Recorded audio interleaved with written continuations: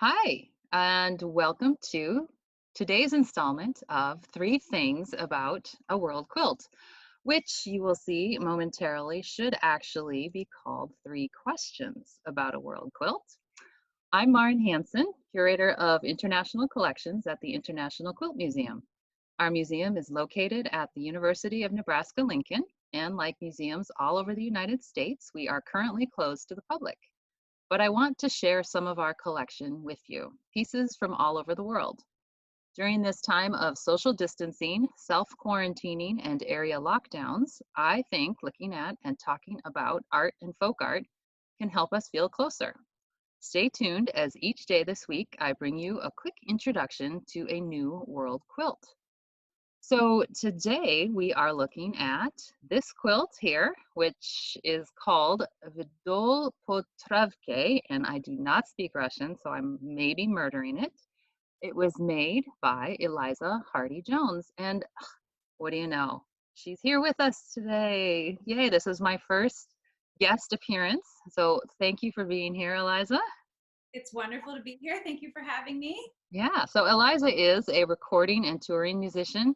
She performs regularly with big names such as Iron and Wine and Grace Potter, but she also releases her own music, and I will be providing a link later at the end of our talk today so that you too can go to Bandcamp and buy one of her albums, which I did recently, way too late, and I loved it. So I would encourage you all to go listen to what Eliza has to offer. But today we're talking about her quilts, and this is the quilt right here. But it's more than just a quilt. It is also a visual representation of a folk song. So before we talk to Eliza in more detail, I want to play a snippet of the song. And I just realized that I did the wrong thing in terms of technology. So I'm going to stop our share because I Okay. have to I have to reshare it to make sure that the sound plays. Okay, this time the sound should play. Let's give it a try. Вдоль по травке, вдоль по муравке, вдоль по травке, вдоль по муравке, по лазуревым цветочкам, по лазуревым цветочкам, по цветочкам, восюночку, да по цветочкам, восюночку. Ходила гуляла красная девка, ходила гуляла красная девка, танцевала, приустала, задремала, приустала, задремала. Молодец, гусли играют, сам девушку спотешают. All right, I'm going to pause it there just so that we have enough time to talk about this really, really awesome song and quilt. Because this moment I heard, well, the moment I saw Eliza's quilts, and then as soon as I heard some of the songs that go along with her quilts, I was just completely pulled in. I was hooked, and this song in particular grabbed me. It's translated roughly, I am assuming, as Walking in the Grass, and it's sung by these four women whose names are on the screen, thankfully, because I, again, would probably murder the pronunciation, but they are from the State Academic Northern Russian Folk Choir in Arkhangelsk, Russia, and Eliza recorded them in 2017. So now that you have the context of the song, the first question I want to ask Eliza is, what exactly is the Song Quilt project? Yeah, so I started my Song Quilt project in 2016. I had put out my record Because Become, and it had gone out into the world, and I was on tour at the time, and a painter from Murmansk, Russia, which is the northernmost city up in the Arctic, wrote me and said, I found your music on Russian Facebook and I want to use it for my painting exhibition. And I was thrilled and thought that was very cool. And the next day I got a message from the woman who runs the Arctic Art Foundation, Ekaterina Shirova. And she just said, I'd love to talk to you about a collaboration. So I Skyped her and we talked about the Russian Arctic and about folk music and textile traditions, weaving traditions, quilt traditions from the Russian Arctic. And at the end of the call, she said, well, if you come up with a fun project, we can host a residency for you here. So it really was a project that was designed out of opportunity, where I thought, I really have to come up with something interesting so that I can go to this place that seems so magical. And so I came up with this idea that I would try to explore more Russian folk music and American folk music. I come from a family of folk musicians of the Appalachian Mountain tradition, but also my great aunt was an opera singer who had a long relationship with a Russian composer musician. And so I grew up listening to Russian folk music. That was what was sung in the house and all around. So I already had a pretty strong relationship with both of those traditions. But as Ekaterina pointed out to me, Saloma, my aunt's dear friend and confidant, was from Moscow. And she said, those are city songs, those are not folk songs. So when I went up to the Arctic, I was educated as to the folk traditions from the Arctic. And they're very different. The songs feel very different and sound very different. So the project was really an oral history project. I traveled all across the United States and up through the Russian Arctic, interviewing women, talking to them about their lives and their relationships to music. And some of them are artists themselves, some of them are quilters themselves, and sort of talk to them about those different traditions. And then I invented this way of transcribing music.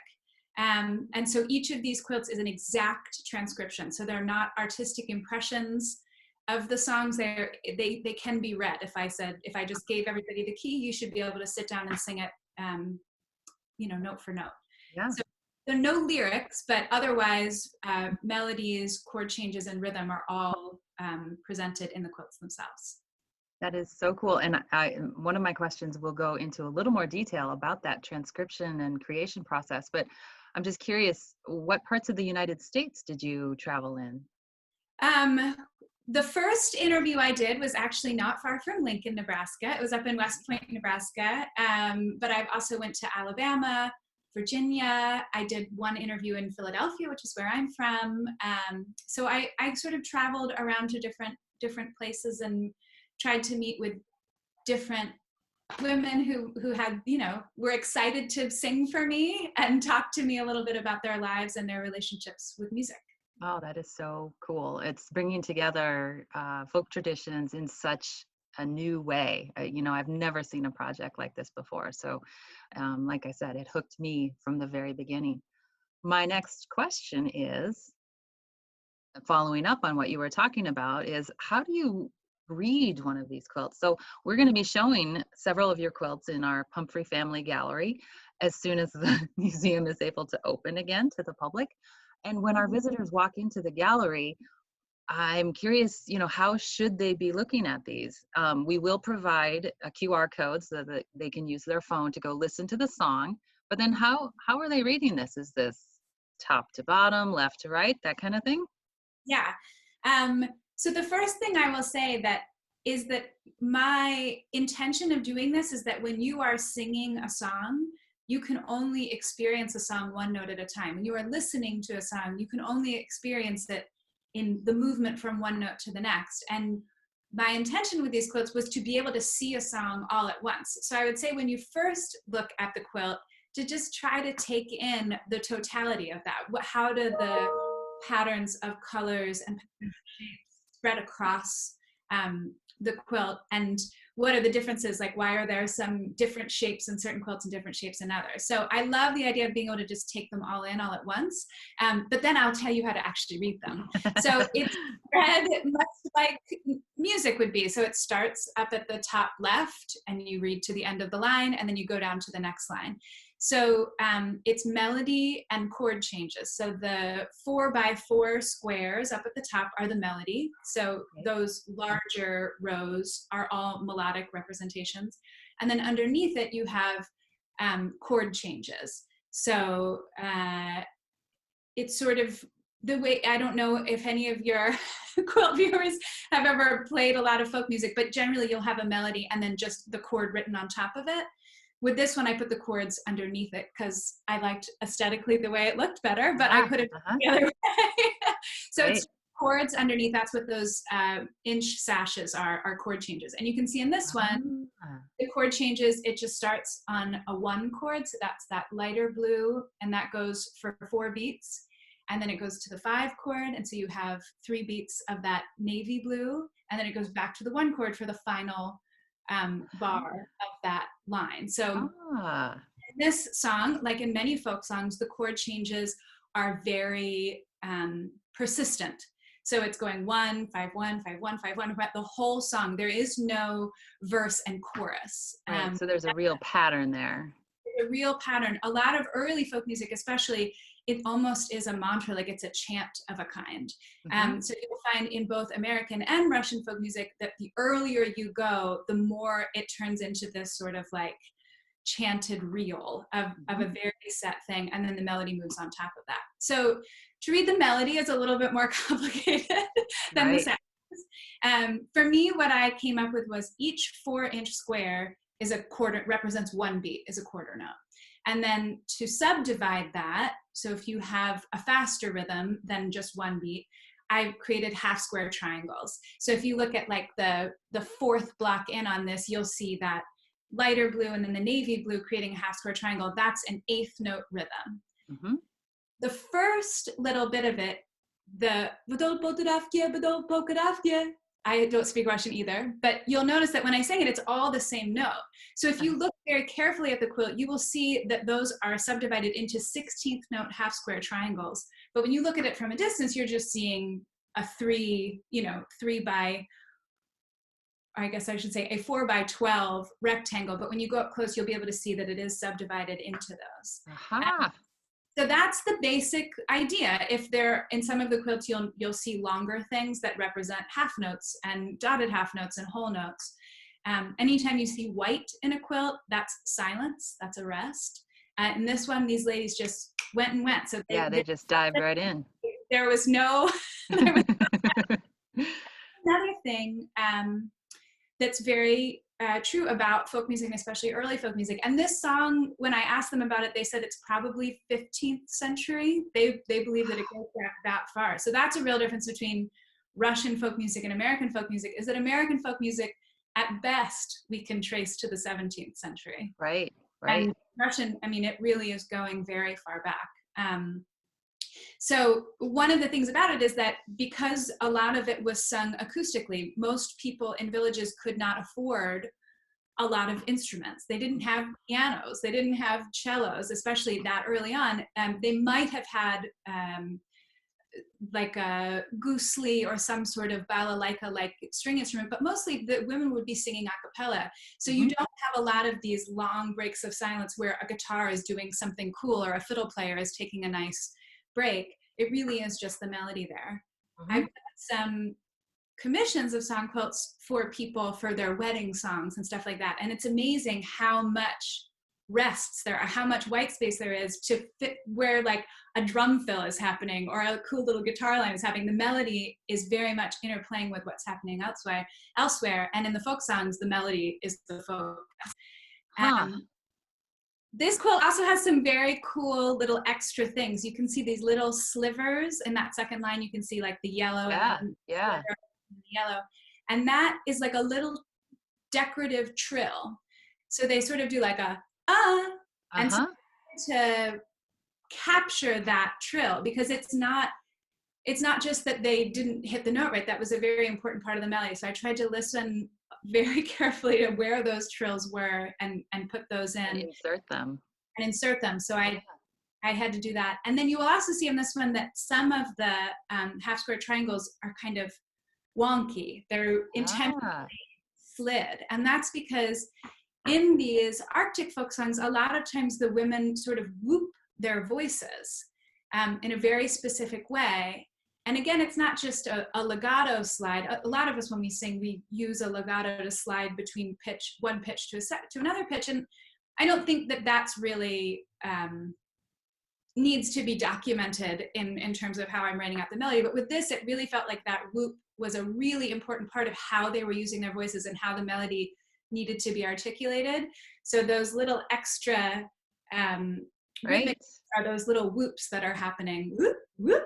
Right. So this really is, I mean, as you were talking, the first thing I thought of was like, oh, this is like a fake book for, because, but then it really is about the gestalt of the piece. It's about the wholeness of it, even though you can pick out those little whoops or those little, it's really about the piece as a whole. That's what expresses what that song really, the core of the song or the Yeah. essence of that song. Yeah. And so Um, the last thing to talk about with the transcription process are the colors. So how do I come up with these colors and what do the colors mean? So the colors are the pitches. And that's the thing that you would really need to be able to sing a melody, is you need to know what the pitches are. So for my project, I just thought a lot about how I understand pitch resonance, and I understand that in a very Western harmonic resonant way, in which you have primary chords, you have a 1 chord, and then you're a dominant chord that's 5 notes above, and that's the 5 chord, and then you have a subdominant chord that's 5 notes below. And so I sort of anchored those as these primary resonant tones. So in this one, that light blue that you'll see is also the binding. The binding of the quilts is always the 1. So you can always find what the tonic is. That's the start of the scale. So it's that light blue. And then to move between the 1 and the 5, I went from a light blue to a dark blue. okay. And then to move between the 1 and the 4, that subdominant below, I went from a light blue to a yellow. Ah, So the notes in between, because you have 1, 2, 3, 4, 5, 6, 7, those are gradiated directly out. So the distance between, it's the way my grade works is it's 1, 3, 7, 5 going up, and then on the way down it's 1, 6, 2, 4, and that has everything to do with like 1, 3s, and 6s are considered primary resonances, 2s and 4s are subdominant, and 7s and 5s are dominants. It's all very esoteric, but there is a method to my madness. yeah, so now we are really getting into music theory here, and that's almost like speaking Russian for me. But so like maybe bring it back to the people, which is like a super important part of this. And Yeah. it was it was a critical part of your Song Quilt project, in particular traveling to Russia. So who are these ladies who are singing the song? So this is Tatiana, Ekaterina, me, Tatiana, and Ekaterina. So they're these incredible women. I'm in the center there, sitting next to Ekaterina with the red glasses, who was my host and translator, and who really made this whole thing possible. And then the 4 women on the sides are the 4 sort of elder statesmen of the Northern academic Russian folk choir. And it's such a cool institution. It's an 80-person choir. So that includes singers, dancers, and musicians. Wow. It was founded in 1926 by Anna Kolotilova, and she's sort of like the Alan Lomax figure of Northern Russia. So at the exact same time that in the United States, we had the Library of Congress starting to send out people into the Appalachian Mountains, into the West, and into the rural areas of the United States to capture American folk music, because it was so important to American identity. You had the same thing happening in Soviet Russia. And the Soviets were very, very invested in their folk music and their artists and what it meant to be culturally hegemonic. So Anna Kolotilova went off into all of the villages in the Arctic, and she gathered up all of the best singers, and she brought them back to Arkhangelsk, which is the urban center of that region of the Arctic, and she founded this choir. One of the interesting things about this area is that women sing, men dance, and men play instruments. So in the company still, there are dancing men and there are men playing accordion and balalaika, but men do not sing. They do not sing. How interesting. They do not sing. And I was told that that's because women controlled the life of the village, because the men were off working, they were fishing, they were hunting. This is a place that is very cold and very dark for much of the year. Mhm. So the incredible textile traditions and folk art traditions and folk music traditions were all about bringing beauty and bringing life into the village home, and that was the charge of the women. So the women are Huh. still, yeah. So Ekaterina, Tatiana, Ekaterina and Tatiana are carrying on a very long tradition, hallowed tradition in Yes. this Arctic part of the world. It really is, and that tradition is so important to that, both to the folk choir and also to Katerina Shrover of the Arctic Art Institute. They felt like, even though during the Soviet era, the Arctic folk choir traveled all around the sort of the Eastern Bloc of Europe, and they were, you know, winners of all of these incredible singing competitions, and they were really they were able to showcase so much of the beauty of that part of Russia. But they also felt like their voices as artists and their identity as Northerners was sort of pushed away by the Moscow cultural elite. So they feel like being able to share their music, their specific cultural heritage, is a really important part of preserving their voices and their traditions. And I think right now, they feel especially like the northern part of Russia has incredible military strategic importance and economic. There's a lot of oil that is going on through the Arctic. And they feel like instead of just being a place that is valued for its military importance or for its economic importance, that the real value of that place is the folk traditions and the folk music and the dance. So they were incredibly generous to share some of that with me, and also hoped that I would be able to share it with people that they don't get to reach, because it's sort of a provincial place. It's a smaller place that doesn't get the attention that other places do. So as they work to preserve their music tradition, you are doing the same. You're helping them preserve it as well by creating these quilts that are visual representations of what they are singing. I think that is so cool. For now, I think we'll need to leave it there, because we want to encourage people, once quarantining is over, once we all can safely be closer than 6 feet apart, we would like them to come to the International Quilt Museum. We are in Lincoln, Nebraska. Eliza's quilts will be on view, hopefully between April 14th and September 20th. It may open a little bit later. But please come out this summer and see Eliza's quilts.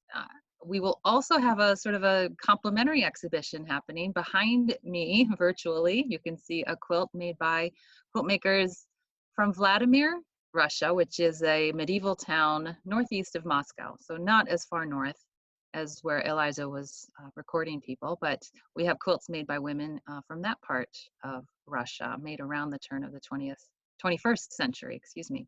I would encourage you also to check out Eliza's website, elizahardyjones.com, and you can definitely check out her song quilts, but she has other engaging portions of her website about the other music she performs and composes. And you can also buy some of her music at elizahardyjones.bandcamp.com. So thank you for joining us for this edition, this installment of 3 Things About a World Quilt. We've mostly been posting these on social media, but we're also creating a webpage where they will live more permanently.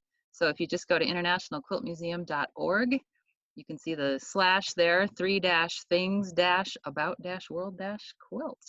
So 3 Things About a World Quilt, for now, is a series this long, but it may continue. You never know. So thank you, Eliza, for joining me today.